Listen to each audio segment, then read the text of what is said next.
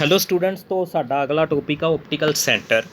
Optical centre वो point हुंदा वा, it is the point on the principal axis of the lens such that ray of light passing through this point emerges parallel to the direction of to its direction of incidence. कहण दा मतलब की आ, जे optical centre ते रे आके टकराउंदी आ ते ਉਹ parallel ਹੀ ਚਲੀ ਜਾਂਦੀ ਆ ਬਾਅਦ ਚੋਂ।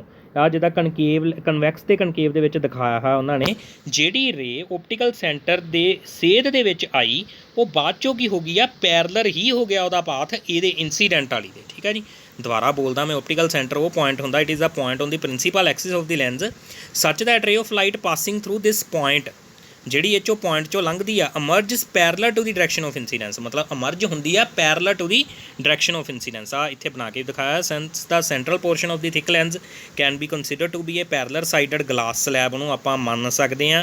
ਦੇਅਰਫੋਰ a ray of light incident at the central portion of the lens while passing through the optical center O is slightly displaced parallel to its original direction. Emergent ray is thus parallel to the incident ray. Lateral shift of the ray has been shown quite large, ਥੋੜ੍ਹੀ ਜਿਹੀ large ਕਹਿੰਦਾ ਆਪਾਂ, ਲੇਟਰਲ shift ਜਿਹੜੀ ਆ ਹੋਈ ਇਹਦੀ ਇੱਧਰ ਨੂੰ ਜਿਹੜੀ ਸ਼ਿਫਟ ਹੋਈ ਆ ਉਹ ਲਾਰਜ ਵਾ। Generally the lens is thin, generally lens thin ਹੁੰਦੇ ਆ, so the lateral shift is small enough and it can be ignored, ਆਪਾਂ ਉਹਨੂੰ ਇਗਨੋਰ ਕਰਾਂਗੇ।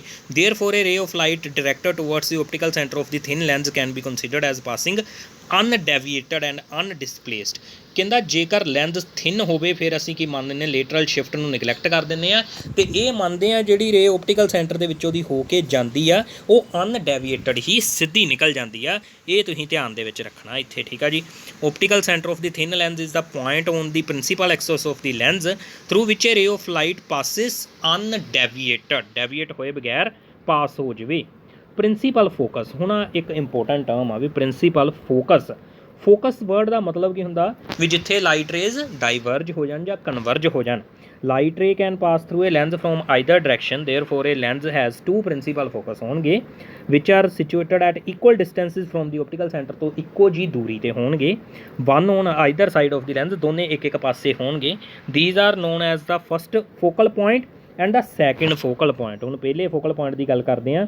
ਫਸਟ ਫੋਕਲ ਪੁਆਇੰਟ ਉਹ ਪੁਆਇੰਟ ਹੁੰਦਾ ਵਾ ਜਿੱਥੇ ਜੇਕਰ ਅਸੀਂ ਓਬਜੈਕਟ ਰੱਖੀਏ ਅਤੇ ਉੱਤੋਂ ਜਿਹੜੀਆਂ ਰੇਜ਼ ਆ ਉਹ ਬਾਅਦ ਦੇ ਵਿੱਚ ਕੀ ਹੋ ਜਾਣ, ਪੈਰਲਰ ਹੋ ਜਾਣ ਕਿਹਦੇ, ਪ੍ਰਿੰਸੀਪਲ ਐਕਸਿਸ 'ਤੇ। ਫੋਰ ਏ ਕਨਵੈਕਸ ਲੈਂਸ ਦਾ first focal point is a point F1 on the principal focus of the lens such that the rays of light coming from it after refraction through the lens become the parallel to the principal axis of the lens. ਮਤਲਬ refraction ਹੋਣ ਤੋਂ ਬਾਅਦ ਜੇਕਰ ਉਹ parallel ਹੋ ਜਾਣ principal axis 'ਤੇ। ਅਤੇ ਕਨਕੇਵ ਲੈਂਸ ਦੇ ਵਿੱਚ ਕਿੱਦਾਂ ਬੋਲਾਂਗੇ ਵੀ ਰੇ ਜਿਹੜੀਆਂ ਪੈਰਲਰ ਆਈਆਂ ਵਾ ਉਹ ਜੇਕਰ ਜਿਹੜੀਆਂ ਫੋਕਸ ਦੀ ਸੇਧ ਦੇ ਵਿੱਚ ਆਈਆਂ ਬਾਅਦ ਚੋਂ ਪੈਰਲਰ ਹੋ ਜਾਣ, ਫੋਕਸ ਦੀ ਸੇਧ ਵਿੱਚ ਆ ਕੇ ਬਾਅਦ ਚੋਂ ਪੈਰਲਰ ਹੋ ਜਾਣ।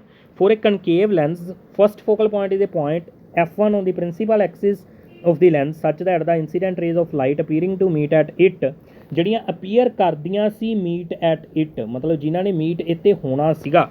After refraction from the lens becomes parallel to the principal axis of the lens, ਮਤਲਬ ਜਿਹੜੀਆਂ ਰੇਜ਼ ਆਪਾਂ ਨੂੰ ਅਪੀਅਰ ਹੋ ਰਹੀਆਂ ਸੀ ਵੀ ਇੱਥੇ F1 'ਤੇ ਮੀਟ ਹੋਣੀਆਂ, ਪਰ ਉਹ ਬਾਅਦ ਦੇ ਵਿੱਚ ਪੈਰਲਰ ਹੋ ਜਾਣੇ ਇਸ ਲੈਂਸ ਦੇ ਵਿੱਚੋਂ ਦੀ ਹੋ ਕੇ, ਉਹ ਉਸ ਪੁਆਇੰਟ ਦੇ ਹਿਸਾਬ ਨਾਲ ਆਈਆਂ ਹੋਈਆਂ ਰੇਜ਼ ਜਿਸ ਪੁਆਇੰਟ 'ਤੇ ਉਹ ਇਕੱਠੀਆਂ ਹੁੰਦੀਆਂ ਉਹਨੂੰ ਕੀ ਬੋਲਦੇ ਹਾਂ ਅਸੀਂ, ਫੋਕਸ। ਪ੍ਰਿੰਸੀਪਲ ਫੋਕਸ ਮਤਲਬ ਪਹਿਲਾ ਫੋਕਸ ਉਹਦਾ। ਠੀਕ ਹੈ ਜੀ, ਫਸਟ ਫੋਕਸ ਹੁੰਦਾ ਵਾ first focal point and second focal point. ਆਹ ਸਾਡਾ ਕਲੀਅਰ ਹੋ ਗਿਆ ਫਸਟ ਫੋਕਲ ਪੁਆਇੰਟ। ਠੀਕ ਹੈ ਜੀ, ਦੈਨ ਹੁਣ ਫਸਟ ਫੋਕਲ ਲੈਂਥ ਕੀ ਹੋਊਗੀ, OF1, ਆਹ ਵਾਲੀ ਦੂਰੀ O ਤੋਂ ਲੈ ਕੇ F1 ਤੱਕ ਦੀ ਦੂਰੀ F1 ਜਿਹੜੀ ਉਹ ਫਸਟ ਫੋਕਲ ਲੈਂਥ ਹੋ ਗਈ।